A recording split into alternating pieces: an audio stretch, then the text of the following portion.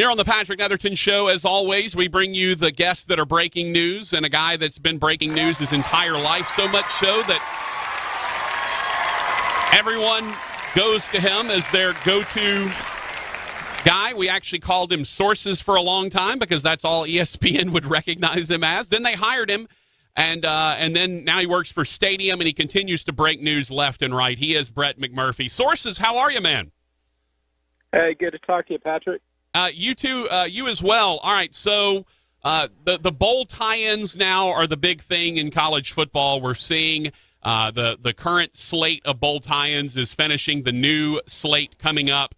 And for those of us here in Shreveport, the big news is the SEC is no longer with the Independence Bowl. That is kind of not new news for everyone around here, but what is news is you're reporting from your sources that it appears they've added the Pac-12. Tell me a little bit about that. Yeah, well, basically,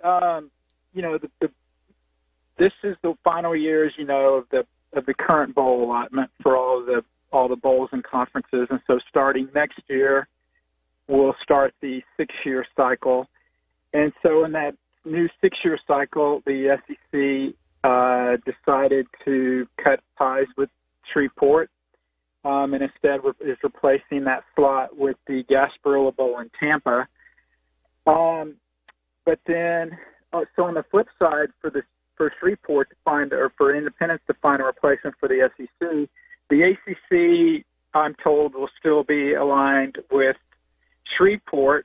And kind of one of the reasons why the Pac-12 had an interest in it is because they wanted to play a Power 5 opponent in a bowl game, and also it gives them an opportunity to for recruiting to get into Louisiana. Obviously, you guys are well aware of the wealth of talent in the state. Sure. And basically, they did not see a real big benefit in playing for the Pac-12 and playing another bowl game in the state of Arizona. So it really, didn't make sense to them to have another bowl game in Arizona, which they could have done. And so basically they pulled out of the Cheez-It Bowl, which you remember last year, the infamous TCU Cal game with 27 interceptions. The bowl of failure? Another one, 28, yeah. So they will no longer play in the Cheez-It Bowl. They're being replaced by the Big Ten, kind of musical chairs with all the bowls. And so they basically decided, Larry Scott and then their athletic directors obviously have to sign off on it, that Shreveport, would be a better fit for their league as far as recruiting and different things. And so, again, I'm told that nothing has officially been signed. Yeah. But basically, when I, reported all of these bowl matchups for 2020 through 2015, yesterday, for Stadium, and tweeted out the link and different things. When I was going through them, it's kind of like filling out a big jigsaw puzzle.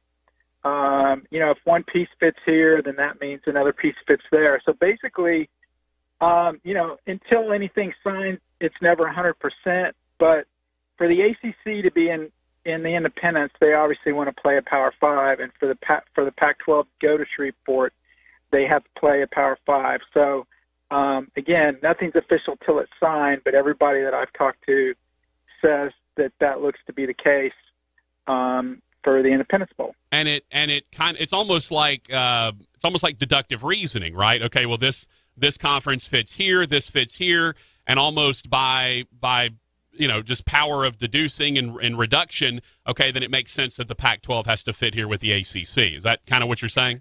Well, I'm not just sitting here saying, this conference has to go here. You're talking to people. Yeah, I'm talking to people, and they're saying the Pac-12 is going no. And then you talk to people at the Pac-12, and they're saying, well, nothing's official. Well, I also talked to somebody with Pac-12 ties. The Pac-12 has 7 current bowl games in this current cycle, and the new one they get to go to 8.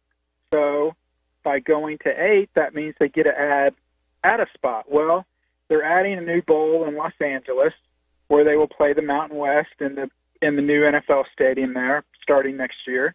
But then they have dropped the Cheez-It. So basically they're back down to 7. Mm-hmm. So they have to add another bowl game. Again, multiple people are telling me it's the independents. And then on top of that, there's simply no other bowls available out there that the Pac-12 could go to. Right. That would make sense. So, yeah, it's, when it gets announced, it could be today, it could be tomorrow, it could be a month from now. It may not be till media days, in July. But, the Pac-12 to the independents will happen. They've played in the game before. Certainly the bowl has had a long history with the SEC, not recently, really. Right. SEC's only sent 2 teams in the last 5 years, but obviously before that, they were a fixture in the 90s. Nick Saban's, I think, first bowl win at Alabama was in Shreveport. Yep. But, times are changing. And, good news for the Independence Bowl is they've got 2 Power 5 teams. Absolutely. And quite frankly, I think they got a better chance to get an 8th-place SEC team to play in that game every year than they would have had to get a 10th team out of the SEC, because after those teams get pulled up into the playoffs, I don't think there's going to be enough SEC teams available as they've learned the past 2 years. And it seems like one team is not eligible for postseason anyway every year. Ole Miss, now Mizzou. Somebody's not eligible at that point. Yeah, it doesn't help at all. Brett, I don't know if you know this, but former Groza Award winner Art Carmody is the chairman of the Independence Bowl this year, former Louisville kicker. And I just asked him, he's a friend, and he said, by the way, I'd asked him about your report. He said there's definitely accuracy to it regarding the discussions with the conference, but nothing's been confirmed and nothing's been signed. So basically exactly like what you're reporting is the official Independence Bowl stance. Yeah. I mean, and that makes sense. They're not going to say anything until it's official. And, it's weird. The SEC announced their bowl games today. The Big 12 announced their games. The Big 10 announced theirs. So, unless it's happened while I've been on this call, the ACC and Pac-12 haven't done so. And I don't think you'll probably see a lot of it. I don't think you'll see the complete group of 5 conferences release those either until those other games are done. But everything's trending towards Pac-12 and the ACC in Shreveport start next year. Yeah, and I love a Power 5 versus Power 5 matchup. I love that, and it's something the Independence Bowl should be able to publicize widely and certainly make a lot of good hay off of. Talking to Brett McMurphy from Stadium. All right, Brett. One of the other things I wanted to get you on to talk about is sort of the changing face of leadership in college athletics right now. Big move with Kevin Warren being announced as the Big Ten's new commissioner. Does it feel like college football and maybe college athletics in general, since this is a Big Ten position, does it feel like college athletics in general is finally maybe starting to get with the times a little bit when it comes to representation of leadership? Yeah, obviously they're way behind and slowly, hopefully, but surely things are changing. But you look at the last 3, I tweeted this out earlier today, you look at the last 3 hires in the FBS conferences. There's 10 FBS conferences, and the last 3 hires for those conference commissioners have been African-American or females. Kevin Warren obviously just announced as the Big Ten. As you know, Kevin McGill recently named new commissioner of the Sun Belt. And then before that, Judy McLeod, the first female FBS commissioner at Conference USA. Also, you've got a female commissioner with the Big East. We're slowly changing. I think another thing that's, when people, a lot of people ask me, how do you read the tea leaves when this next 6-year bowl cycle is up? Because that's also the college football playoff contract will be up. I think at that point we'll get to 8 teams. We will not get to 8 teams before 2025. So sorry to bust your bubble. It simply will not happen. Don't shoot the messenger. You're killing me, McMurphy. You're killing me. It simply won't happen. But what would be fascinating is when we get to 2025, you could have a new commissioner in the ACC, John Swofford. I'm not saying he needs to go, but he likely would retire within the next 6 years. I don't think that's a stretch. We've obviously had a change in the Big Ten, the Sun Belt, Conference USA the past couple of years. Obviously, Greg Sankey's new in the SEC, replacing, Mike Slive. Is there a possibility, Larry Scott's, caught a lot of flack in the Pac-12. Mm-hmm. Could he possibly? I'm not saying he's out, but there's a possibility that in 6 years maybe he moves on to something else, or they decide to go another way. I don't know. It's just we could have a number of different people, in charge of these conferences when these next huge negotiations come around, and so I think that will. Who knows what that means? I don't know if that means we're going to see a lot of change. We don't see much change, but certainly that should be fascinating to follow when we get towards 2024, 2025, when the new playoffs, the new bowls start getting done. The one thing I don't have the answer to, but I know there will be a great deal of change, is when we do go to an 18 playoff, and I think it's inevitable. I don't think that's any secret. Is how that impacts the rest of the bowl games. Yeah. Or does that mean we're at 43 right now, including the college football playoff? Including the college football playoff title game. So technically 42 bowl games. Do those numbers get reduced a little bit? I don't know. I don't know what the answer is. I don't think anybody knows, and anybody that says definitively this is how it's going to be, they don't know, because the heads of these conferences and these commissioners, I asked them, and they don't know either. They're just waiting to see how the landscape shakes out. Well, I can tell you this. I would be all for retracting the Cheez-It Bowl, not just because of what happened on the field last year, but also because they didn't give Cheez-Its in the gift pack to the players. I mean, come on, Brett. Really? You're the Cheez-It Bowl? I covered the first Papa John's Bowl. Yeah. Do you know which city that's in? Yeah, Louisville, of course. Wrong, Birmingham. Is it really? What is it? What is Papa John's not doing in Louisville? It was the first. PapaJohns.com Bowl was the first Birmingham Bowl. Really? They were the naming sponsor. Yes, I covered it. USF was in the game. They did not serve Papa John's pizza in the stadium because the concession stands at Legion Field, I guess, could not cook pizzas or weren't equipped to couldn't handle that much taste and tremendous quality. Is that what you're trying to say? Yeah, for all 4,000 people that were at the game, they could not handle it. Oh.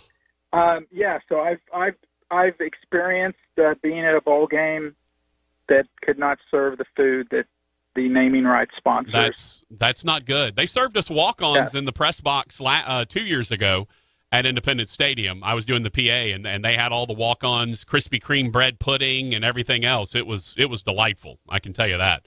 Well, I can say from my personal experience too, the Outback Bowl goes all out. If beautiful. You get a chance to cover that game, you're talking blooming onions and steak at 10:30 in the morning. It's absolutely not a bad way to start the new year. That's how you should live your life, Brett McMurphy. All right, final thing for you, Brett.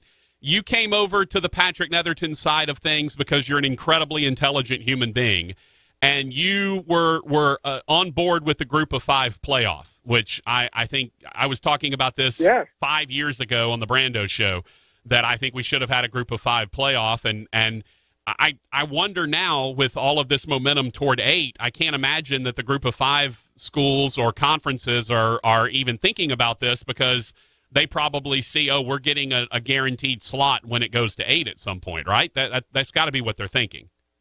Well, that would make sense, but again, do they get a guaranteed spot? I hope that's not. Not a for certain. That's obviously that will be negotiated between the Power Five and the Group of Five. Obviously, the Group of Five will fight for that. It'll come down to money. I'm sure the Power Five will say, okay, if you want a spot, then you're going to get less money, or you can get more money. And if you're one of the top 8 teams, then you get in. And if you're not, you're not in. So, but I agree with you. If a Group of Five team is guaranteed a spot in an 18 playoff, then it would be very unlikely to have a Group of Five playoff. However, I have talked to some people at the Group of Five level. A lot of them would favor a Group of Five playoff because they don't think they will ever get a shot at the Power Five. They tell me that privately. Publicly, they will never say that, right. And they say the opposite. Because if they do, they're admitting defeat. They're admitting they're less than the Power Five. Yeah. But let's be realistic. Alabama and Texas should not be competing on the same level as San Jose State, and those type of schools. They're all eligible for the playoff, but we know that that's not how it works. I think one way to go about it, and again, it's simple, but it's true, is money. Yeah. If they could generate enough revenue where you want to send the top team to the playoff, that's fine. Then have the other 4 conference champions, have them play a little mini playoff, if you will, for the group of 5. So you have the remaining conference champions from the group of 5 conferences play, a little semifinal and final. I mean, you can incorporate that in the bowls. That may be one way to kind of keep some of these lower tier bowls relevant, because, let's be honest, once we go to 8 teams, it's going to make the bowls even less relevant than they are now. I don't like that, but that's the reality of it. And that's how it's getting right now. Almost. Yeah. I mean, but all anyone cares about is the playoffs. No, and look, Brett, with a few exceptions. The bowls are already exhibition games. That's just what they are. And if we accept that they're exhibitions and they're rewards to kids for although sometimes it's for a 5 and 7 season. Don't get me started on that. But it's a reward for kids. They get to go and they get gifts and they get to have a trip and they get to play another game. All that. That's what it is. It's an exhibition season, and like you said, when you go to 8, it's going to be even worse than that. But isn't the Access Bowl bid now, Brett? I mean, isn't it just hush money at this point? Isn't it just money to pay to the group of 5 to tell them, hey, y'all just keep staying quiet over there. We'll call you in when we need to get a guaranteed win, and then we'll give you a little slot in a bowl game somewhere. Just y'all hush up now. Yeah, but I mean, and I know a lot of people, a lot of group of 5 fans, on Twitter were like, well, the Power 5 schools are going to get sued. They can't do this. Well, the reality is all 10 conference commissioners, all 10 conferences signed off on the format for the playoff. And they all agreed that the Power 5 would get the majority of the money, the group of 5 would not, and the group of 5 would get 1 Year 6 appearance guaranteed, and that's it. And people are like, well, they didn't have any choice. Well, they did have a choice, and they could have gone off on their own to see what that made them worth. But the reality is the Power 5, they're called the Power 5 for a reason. They have all the power. They have the fan bases. They have the backing. They have the $50 million per year in television revenue. Those other conferences don't, because there's not the same amount of interest in that. Yeah. And so they basically had to do the best thing that they could. So, going forward, that's something they're going to have to determine. I think eventually at some point, I think the power conferences, whether that whittles down to 4 or it remains at 5 or whatever, I think they will split from the group of 5, whether they will be different part of the NCAA, whether they will leave the NCAA, something. But I just think, look, I don't want people to get me wrong. Group of 5 teams on any Saturday can beat any Power 5 team in the country, including Clemson, Alabama, whoever. I don't want to misstate that. However, for the group of 5 schools to try to compete 365 days a year with the Power 5 schools is unrealistic, and it's ridiculous to even try, because they're trying to spend the same as the Power 5 schools spend. And one major difference is the Power 5 schools are getting $50 million per school per year, while the group of 5 schools are getting $3 or $4 million per year per school. You cannot continue that long term without owing a lot of money, and that's unfortunate. Again, I don't necessarily like that, but that's the reality of it. And so I think because of that, at some point, we see some kind of split or an official divide between what we recognize now as the power conferences and the group of 5 conferences. I agree with you, my friend. They're doing everything they can to widen that gap as much as possible. Brett McMurphy, thank you so much for your time. I know you got a lot of news to break. There's a lot of stuff going on today, but we appreciate you spending some time with us. Anytime. Good to catch up with you, Patrick. All right. Brett McMurphy, Stadium.